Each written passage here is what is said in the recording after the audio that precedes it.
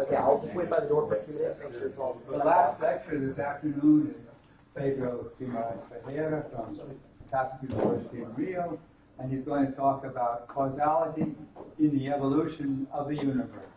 So, Pedro. Okay, thanks.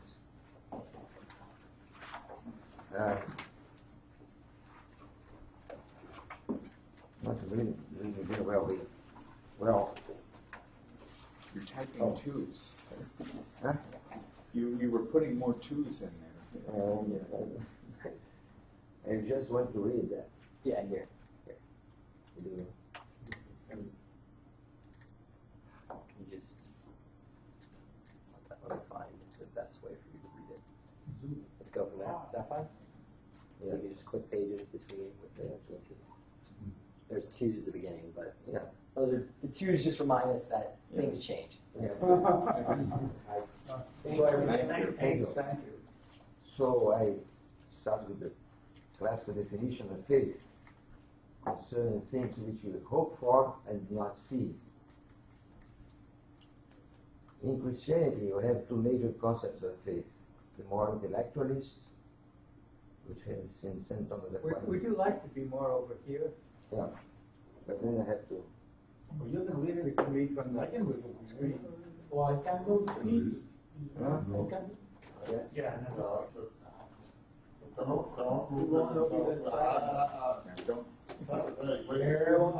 Because you need to see what you're doing, otherwise Okay. you don't know. You're going to move the camera. No, here. Well, You can see there what is recording. Yes. No. Okay. okay, there is two major concepts of faith. When one is comes from St. Thomas Aquinas, but it had its predecessors in history. According to this view, faith is an act of the intellect, moved by the will, which in turn is moved by grace. Well, it's important the fact that the intellect is moved by the will, because in faith there is no evidence, but it is an act of the intellect. On the other hand, we have the fides fiduciaris, in which prevails the trust in God. This is the notion of faith according to Luther. Now, these positions are not contradictory, because to trust someone, I have to know him or her. Some people talk about blind faith, which is more fides fiduciaris. For the Thomists, we can talk about a blind faith too, because the intellect, I said, is moved by the will. In St. Thomas, the fiduciaris aspect of faith is not changed, not charged with drama, as in Luther. For any question, be free to ask. So go ahead. About science, of course, we have to distinguish the many sciences. Firstly, we must distinguish between the science of the spirit and the natural sciences. Science of the spirit, Geisteswissenschaften, philosophy with its parts, logic, metaphysics, epistemology, ethics, and then pure and applied mathematics, including algorithms and computer software. So those are pure and applied mathematics or sciences of spirit. Spirit. Good. Theology is included in this branch too, but of course, this is controversial since its basis faith, not reason. Then we have the natural sciences, the more spiritual ones like psychology, sociology, economics, and the more material ones like physics, chemistry, biology. Through this science, we aim to understand the universe. But there are also sciences by which we improve the universe: engineering and medical sciences. Well, You're an engineer. yes. Very good. Is there a malaise between faith and science? Yes, I think there is. In reason we trust is a motto of an organization against religion. In the Scientific American, every issue had a propaganda of this freedom from religion. As a matter of fact, in many countries, religion oppresses the freedom of scientific research. Typically, in some places, teaching evolution theory is anathema. It seems that the two major problems related to science versus religion are the origin of the universe and the evolution of living beings in our planet. When we access the YouTube, we find a lot of intellectual debates between famous atheists and theists. And the two big problems disputed are those mentioned. Beginning of the universe and God going on about the evolution. In the debate at Oxford University 10 years ago between Richard Dawkins and the former Archbishop of Canterbury, Rowan Williams, with mediation of Henry Kinney, the last one being a former Catholic priest, and at the time of the meeting, a self-declared agnostic. Is it agnostic or not? Agnostic, sorry. Oh. Maybe the difference. He himself and Rowan Williams are very good philosophers, and Dawkins has an excellent culture. And Dawkins knows his philosophy too. In the discussion at a certain point, Dawkins says that the universe is extremely complex, and as a consequence, God should be at least as much complex as the universe. As far as I can see, there is no logic in this affirmation. At that point, can you be a little bit more specific about it? What does he mean? At least as complex. Yes, that's what he said. But you think God is simple? I mean, God is not complex. It's a simplicity. God is pure act. At that point, Henry Kinney made the precious distinction between structural and functional simplicity or complexity. For example, the example he gave, a shaving machine is structurally more complex than a razor, but it is less functionally complex, because the razor can not only shave the beard, but also cut the neck. Cut your neck, he said. This is his example? Sorry? This is his example? Exactly. And shaving machine, he means an electric razor? Okay. Shaving machine. Oh, that's funny. In God, by the way, the functional complexity is infinite because he is omnipotent. And structurally is the simplicity itself that we know from theology. And also from philosophy.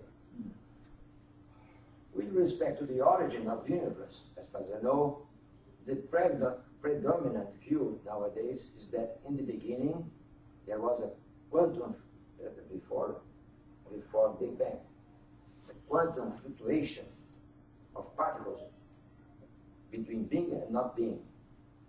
Others say that in the beginning there was a field, but wherever has been this beginning, it was something. And so there should be a cause for it. Or in other words, Leibniz, there should be a sufficient reason for the existence of this thing. Or else, that something had a sufficient reason in itself. Asking for a cause is an intelligent question, and so we deserve the right to an answer. I think that's rather odd that atheist scientists in general seem to refuse to ask for a cause of the existence of the universe.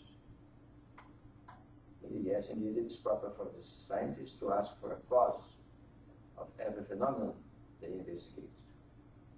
But then, in the origin of the universe, they refuse to ask for a cause.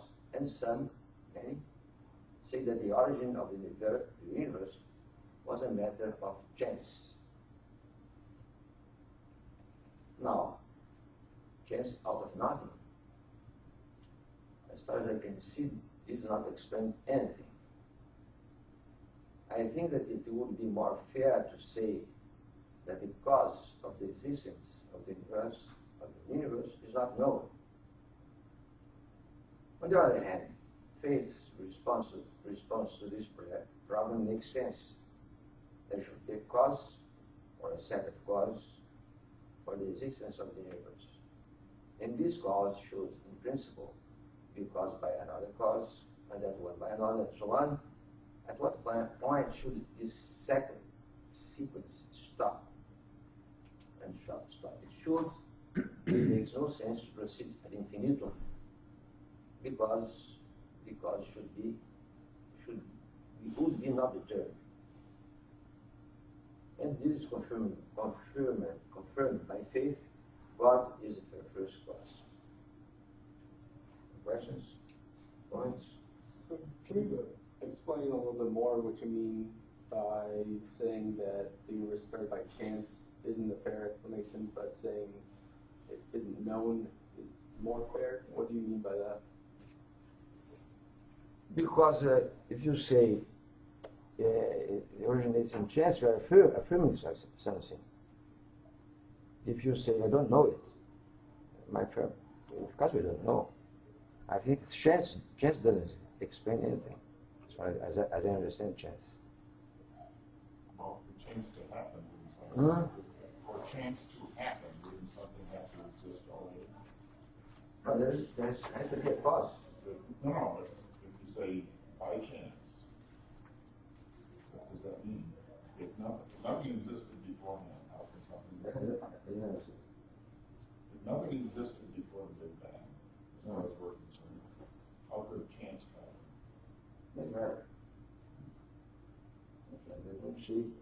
I don't think it's fair to as just an say explanation. there was nothing. I think the only thing we can say is that we can't know if there was something. Okay.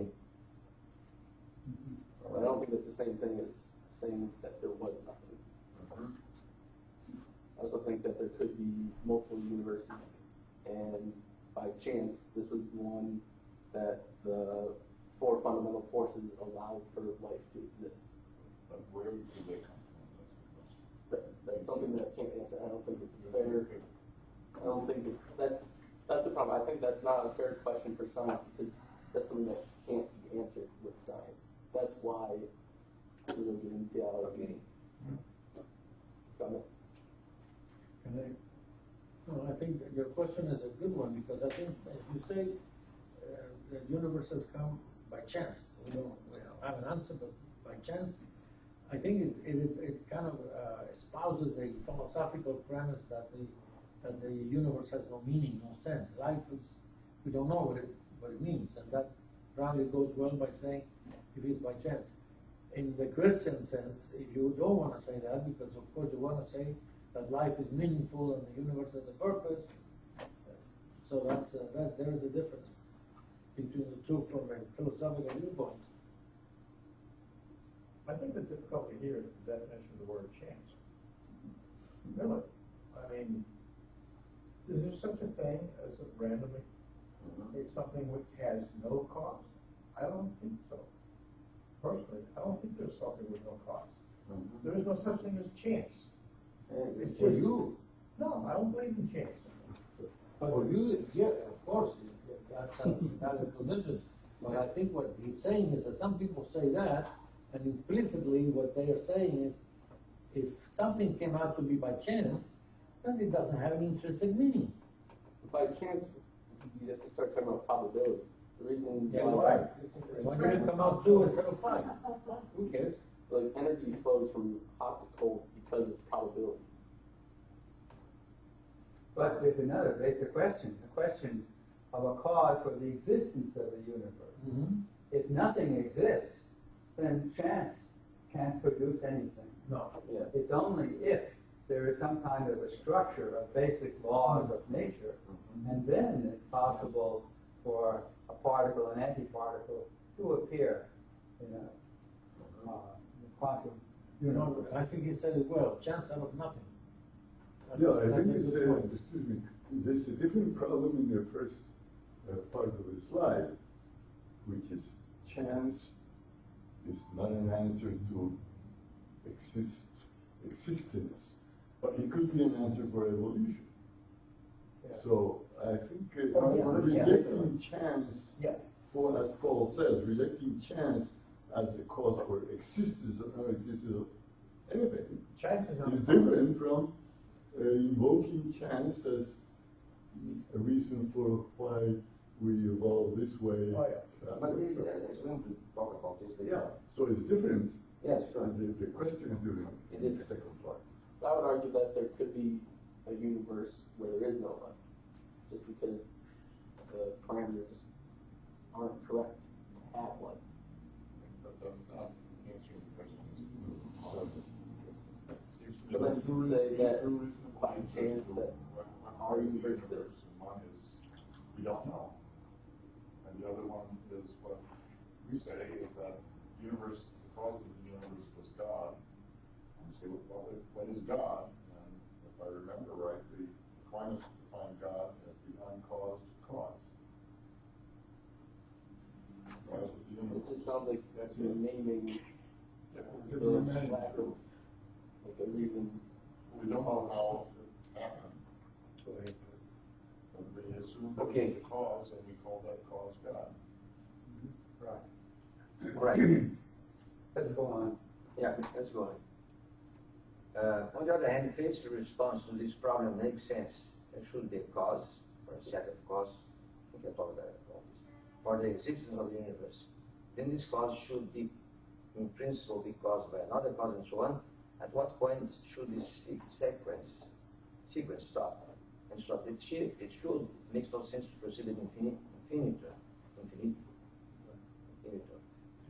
Because the cause will be not determined, and this is confirmed by faith. God's the first cause.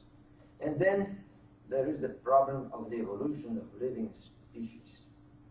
And here we find mistakes on both sides, namely, by those who affirm that the evolution of the species cannot be made without a direct intervention of God, and to those who think that the evolution is made purely by chance. God is the creator of the universe in the strong sense of the word. Namely, He not only gives the existence of everything, but He sustains everything in existence. Since we are contingent beings, we exist, but would not exist. We have not in ourselves a sufficient reason for our existence. God is the only necessary being.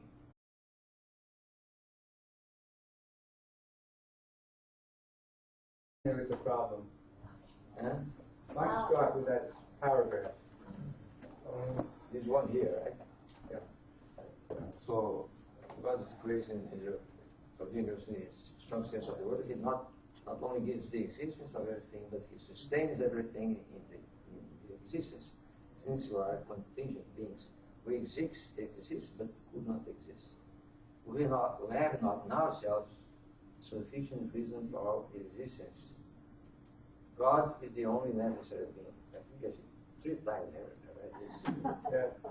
So in this sense, God is the cause of the evolution. Great. He is a transcendental cause, though.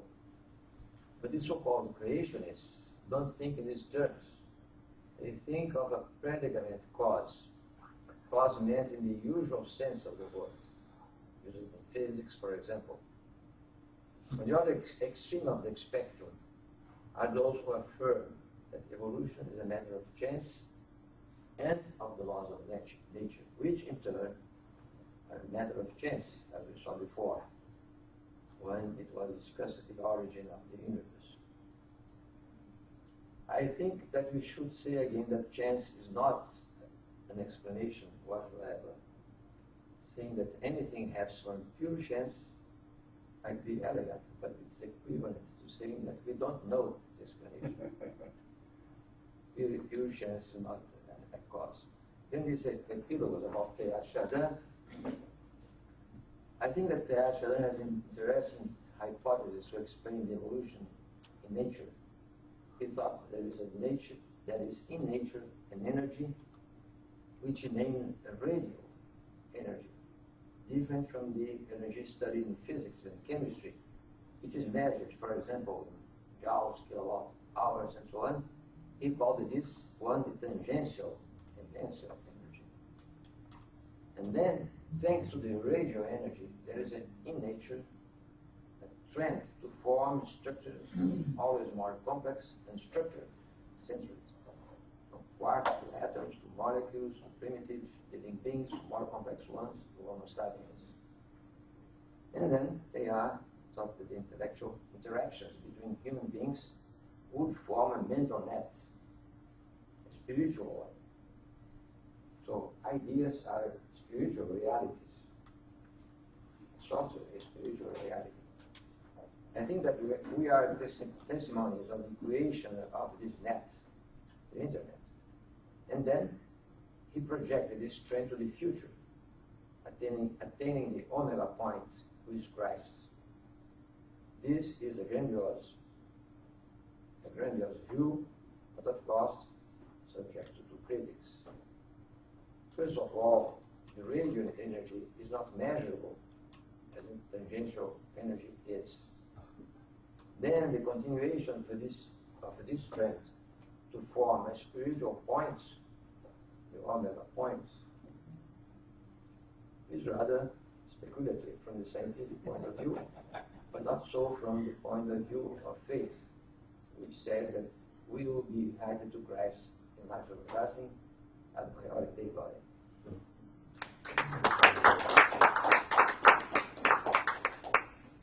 Comments?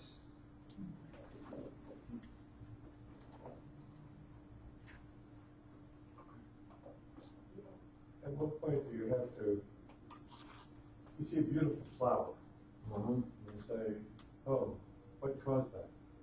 Was it, random evolutions over years, or maybe there was some gardener who honed two things, put them together? I mean, at some stage, you say, oh, God has a... Well, because there are many causes. You simplify when you say one cause in this, but when you go back, there is one cause only, because there are two. They have to go to each other or something like that. Something like that. They are not perfectly imposing. So are you saying there's no such thing as random phenomena? Sorry? So are you saying there is no such thing as random phenomena? So we roll a die and it comes up 2. Yeah, but there are causes in this rolling. Like You cannot measure it. It's very complicated, but there are causes. Gravity and inversion. So. Initial force, the direction. Yeah. Well, there's a basic cause for the existence. Yes. And we believe that God is the basic Yes. fundamental cause for things to exist. Yeah. Everything. But then, within the existing universe, there are causes and effects, secondary causes. Yeah. And when you see a flower, there are a lot of different causes. Someone planted a seed there, it rained, and the seed germinated. The sun shone, and the plant grew, and then it made a flower. So there are a lot of different causes. But the fundamental existence of everything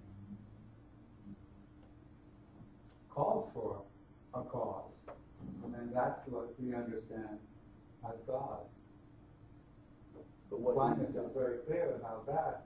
He gives arguments, ways to see the existence of God, and he comes to some uncaused cause, as James said, or cause that is a being that is his own sufficient for his own existence.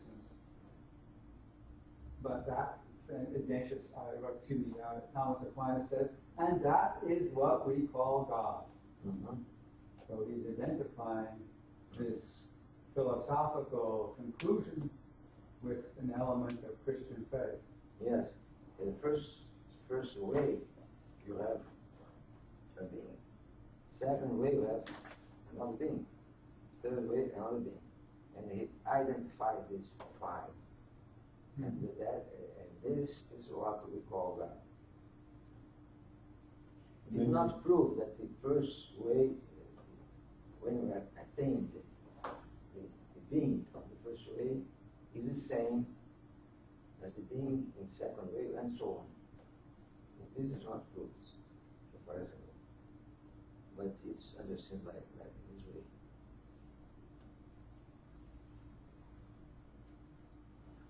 Of course, metaphysics is not mathematics. Well, you end up, you don't stop there. You do all sorts of attributes from this being. You have to be perfectly good. You have to be perfectly good. It doesn't have to be perfectly evil. It just has to be perfectly good. Right? Well, evil has no existence. It's a privation of good. Otherwise, you will be a tremendous pessimistic if bad is the real thing, then the universe is horrible. Don't you agree? Well, I'm still worried about the devil. Right? I'm still worried about the devil. I mean, you come up with one God. But there are a lot of cultures that come up with a dualistic, a good force and an evil force, and they fight it out. And later in the book, Genesis, I agree, but there's one of those, the good angels and the bad angels having a primordial struggle. I think human beings are around at all. I think you have to make an option. Logically, you could, of course, choose another option in terms of logic and physics. But our choice is very sound. It looks optimistic. Well, optimistic is nice. Having a good God is very good. Very nice. Having an evil God, you have to keep, having sacrifices to placate the evil gods. I mean, that's not a nice thing. That's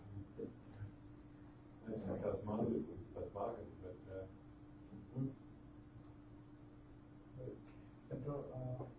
what's your understanding of soul? S-O-U-L from an evolutionary perspective.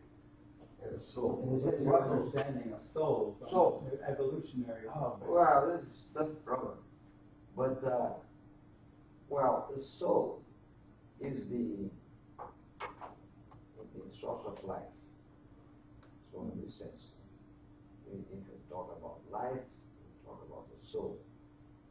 But our human soul is a special case. I mean, animals also have a soul. But human being is a special case because classical vision of that our soul is spiritual. Why is it spiritual? Because it has two actions which are spiritual. First of them is understanding what's abstract. The abstract ideas are spiritual. The Platonists,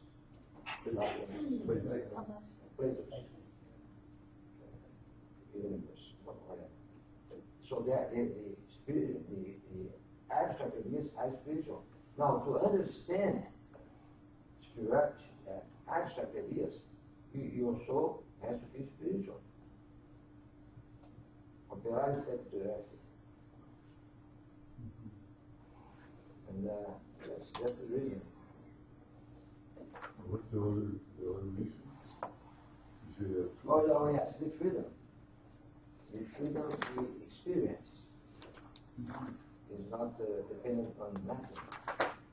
We can be free of our decisions.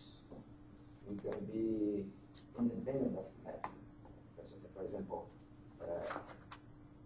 impulse and everything which relates to our material being. We have this guys in their head, by Causality, about this guys, and have guys in the world, the spirit in the world.